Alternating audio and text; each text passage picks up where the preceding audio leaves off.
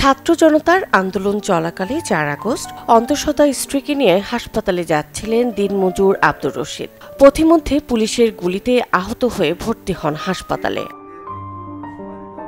প্রাথমিক চিকিৎসা শেষে স্ত্রীকে নিয়ে বাড়িতে চলে আসেন রশিদ। পরে অবস্থার অবনতি ঘটলে ৮ August Dinajpur M Abdur Rahim medical college হাসপাতালে তাকে ভর্তি করা হয়।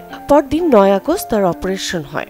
১০ আগস্ট কন্যা সন্তানের বাবা হন রশিদ।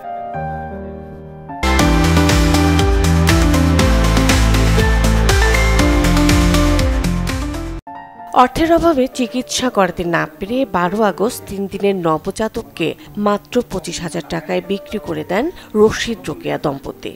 ভালোবাসা থাকবে আন্তরিক এবং ওনার খুব ধন্যবাদ জানাই যে ওনার জন্য আজকে আমি দেশের নাগরিক কার্ড পাইলাম এবং যা যাবতীয় যে জিনিসপাতি লাগবে আমার কাগজপাতি আরও যা কিছু করার স্যার করে দিতে চাইছে এবং স্যার সব কিছু দায়িত্ব নিল। এদিকে সাথে নাগরিক সনদ না থাকায় গুলিবিদ্ধ রশিদকে চিকিৎসা করাতে ঝুঁকি নিচ্ছে না চিকিৎসকরা, এমন অভিযোগ করে তার পরিবার।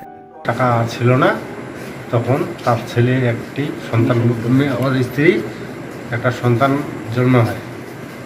তাদেরকে ৩ দিন পর তাদেরকে ২৫,০০০ টাকায় বিক্রি করে দিয়ে ওই টাকা দিয়ে ওর চিকিৎসা বাবদ খরচ চালায়। আমার ছেলে ঘুরেছিল, ওখান থেকে চিকিৎসা করার জন্য এখানে নিয়ে যাচ্ছি। এখানে যা ভালো চিকিৎসা হয়, তার যেন সুস্থ হয়, সেই জন্য ভালো থাকে। ধন্যবাদ জানাচ্ছি আমাদের টিউনো স্যারকে। উনি আমাদের অনেক অনেক ভালোবাসা দিচ্ছে।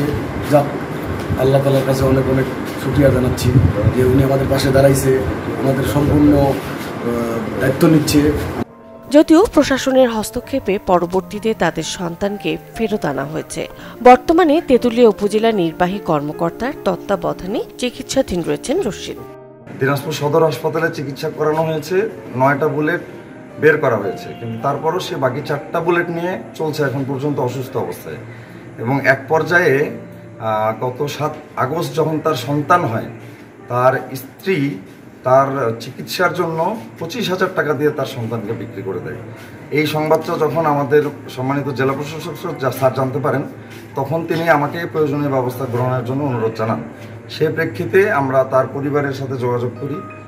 পঞ্চগড়ের তেঁতুলিয়া উপজেলার ভজনপুর ইউনিয়নের মালিগঞ্জ এলাকার নজরুল ইসলামের ছেলে রশিদ জীবিকার তাগিদে দিনমজুরের কাজ করতেন দিনাজপুরে। Desk report, channel 24।